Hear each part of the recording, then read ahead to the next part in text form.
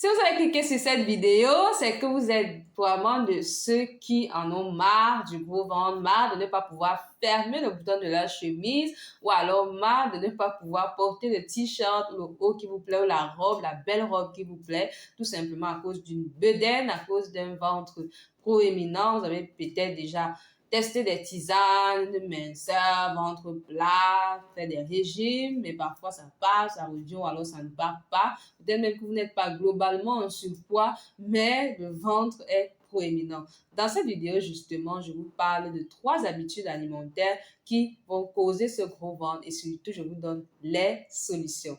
Nous voyons cela tout de suite. Hello, bienvenue sur la chaîne Nutrition et Santé. Alors, j'aide les personnes, particulièrement les Africains, ceux qui mangent tropical, à retrouver une meilleure santé, à retrouver leur meilleure forme en touchant ou alors en gardant, en préservant les piliers de santé que sont un bon équilibre de la flore intestinale, la transformation des déchets par le foie et la gestion de nos hormones, particulièrement l'insuline et autres.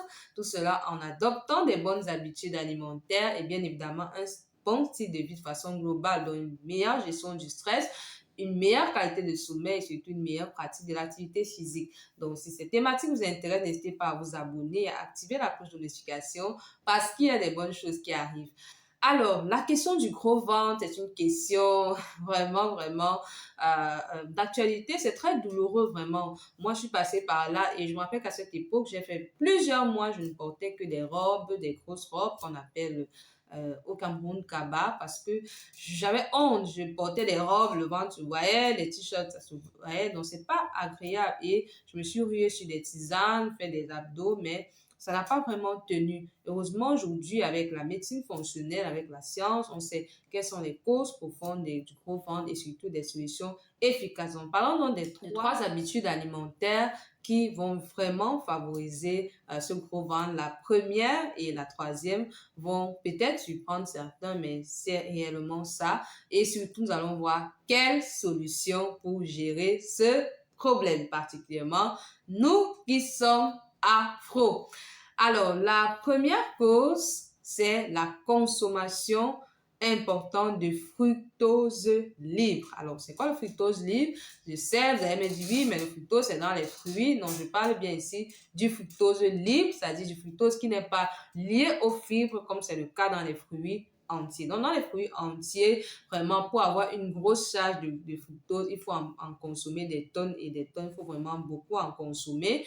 Mais je parle surtout du fructose libre. Alors, où trouve-t-on le fructose libre? Bien évidemment, dans le sucre blanc. Ça, ce n'est plus une question. Dans le sucre blanc, il y a un peu de fructose, du saccharose, il y a du glucose, mais et surtout dans les jus de fruits, que ce soit industriel, mais aussi que ce soit naturel fait maison. Oui, je sais qu'on va me dire, oui, docteur, mais quelle connerie vous racontez? Non, c'est pas une connerie. Dans le jus de fruits, même fait maison, même sans sucre, vous avez séparé le fructose des fibres et il est libre. L'une des choses que vous allez d'abord observer, c'est que vous devez utiliser des grandes quantités pour avoir un jus. Ce qui n'est pas le cas quand vous mangez un fruit entier. Vous ne pouvez pas facilement manger 2, 3, 4 pommes, vraiment, parce que ça contient des fibres, donc c'est rassasiant. Mais quand vous devez faire un jus de pomme, un jus, nous sommes des Africains, un jus d'ananas, un jus de pastèque, et ainsi de suite, vous vous rendez bien compte qu'il vous faut des grandes quantités. Et en plus de cela, vous cassez le fructose, vous le séparez en fait des fibres. Donc, ce qui se passe, c'est que quand le fructose est libre, il va au niveau du foie. Le fructose, lui, ne va pas provoquer la montée d'insuline comme les autres sucres, mais il va au niveau du foie et il va créer ce qu'on appelle le foie granulé transformé en graisse et c'est l'une des causes de la bedaine. Donc, clairement, si vous êtes quelqu'un qui consomme beaucoup de jus de fruits industriels et même de jus de fruits naturels fait maison tous les jours, 1 litre, soit disant que c'est naturel, vous en faites une base alimentaire, ce n'est pas vraiment intéressant pour votre droit. Ça va favoriser en fait la formation de graisse viscérale. La graisse viscérale, c'est ce qui est autour de nos organes. On ne la voit pas, mais elle va avoir tendance justement à faire gonfler le ventre. Donc, clairement, que vous soyez, même si vous n'êtes pas en surpoids global, même si vous êtes en surpoids et que vous avez un gros ventre, la consommation de fructose est l'une des choses qui vous tue. Donc, dans les aliments industriels, dans les jus de fruits industriels et même une consommation excessive de jus de fruits fait maison. C'est très important de le comprendre. La deuxième cause qui est aussi fréquente, une cause vraiment qui va favoriser le gros ventre et qui n'est pas forcément liée à l'alimentation, j'ai tenu à la mettre en deuxième position, c'est le stress chronique. C'est le stress chronique. Oui, vous allez me dire, oui, mais docteur, voilà, bon, ok, on sait que le stress peut donner le poids, mais le gros ventre, oui, parce que quand vous êtes stressé, vous allez produire, je crois que je l'ai déjà dit en parlant des facteurs, dans cette vidéo qui parle des facteurs qui font stagner votre poids, c'est le cortisol, cette fameuse hormone du cortisol. Alors, une des particularités du cortisol, quand vous êtes stressé de façon chronique, c'est qu'elle va être déjà produite vraiment en grande quantité, même quand elle est censée diminuer, c'est-à-dire le soir, elle va continuer d'être produite en grande quantité. Sa particularité, c'est qu'elle va vous faire stocker dans des endroits fixes, dans des endroits spécifiques, notamment le ventre. Donc, plus vous êtes stressé, plus vous produisez du cortisol et plus votre ventre fera une énorme bedaine. Donc, c'est très important de comprendre que c'est l'une des habitudes qui va vraiment, lorsque vous avez l'habitude d'entretenir le stress, de ne pas gérer votre stress, ça va favoriser vraiment le gros ventre. Parallèlement au fait que ça fait produire du cortisol, ça va perturber vos centres de l'appétit, vos hormones de l'appétit. Vous aurez tendance à aimer grignoter. Vous aurez aussi tendance à aimer grignoter parce que le cortisol, c'est une hormone hyperglycémiante qui va entraîner par réaction une production d'insuline et bref, favoriser le grignotage. Vous l'aurez compris, le stress peut vraiment favoriser le gros ventre par l'intermédiaire du cortisol. La troisième habitude, on revient encore à l'alimentation, ça va vous surprendre, comme je l'ai dit, c'est la mauvaise mastication. Je sais que vous allez me dire, docteur, c'est quoi cette connerie? Qu'est-ce que la mastication a à y voir? Alors, je refuse de parler, je fais exprès de ne pas parler ici des fibres parce que je sais qu'on s'attendra à ce que je dise, oui, vous consommez pas assez de fibres, vous êtes constipé, vous avez un gros ventre. Mais je préfère parler vraiment d'une cause qui est assez méconnue, mais qui est très fréquente, surtout dans notre monde moderne. Nous, les Africains, particulièrement, on a l'habitude de manger vite. Pour nous, la nourriture, c'est manger, c'est à la limite comme un père temps. Donc, on mange très vite, 5, maxi 10 minutes. Or, ce n'est pas très intéressant parce que la mastication permet déjà de prédigérer l'amidon, de prédigérer le sucre que nous allons manger, que ce soit dans les compléments et ainsi de suite, mais aussi de rendre l'aliment, le repas que nous avons en une forme qui sera facilement digérée.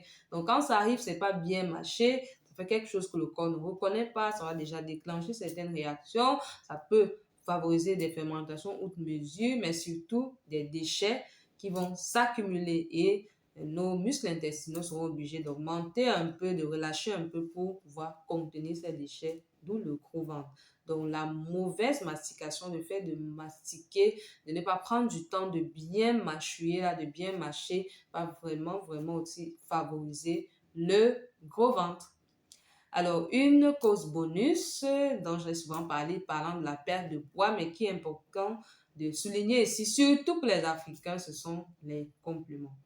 Alors oui, vous allez me dire, oui, docteur, on sait déjà, mais j'insiste dessus. Si vous mangez beaucoup de compléments, particulièrement c'est tout ce qui est raffiné, que ce soit les compléments africains raffinés, le couscous et tout ce que vous voulez, qui sont blancs, qui sont propres, couscous de maïs, couscous de manioc et ainsi de suite, que ce soit le placali, comme ça se mange en Côte d'Ivoire et ainsi de suite, quand vous mangez beaucoup ce genre de complément qui est raffiné, qui n'a plus de nutriments, plus de fibres et qui ne vous demande pas de mastiquer, ça va favoriser aussi un gros ventre. Et aussi les céréales raffinées, comme je disais, le riz blanc, les pâtes, le pain. Si vous en mangez beaucoup, vous allez bien évidemment créer ce qu'on appelle une résistance à l'insuline. Vous allez fabriquer du gras et particulièrement au niveau du ventre, donc de la graisse viscérale. Donc c'est très important de comprendre cela, réduire vraiment, revoir la qualité des compléments. On va en parler dans les astuces. Mais voilà déjà des causes. Donc, vous avez le fructose, vous avez le stress chronique, c'est important. Vous avez la mauvaise mastication et vous avez aussi la qualité, même la quantité des compléments que vous mangez. Alors, quelles sont donc les solutions?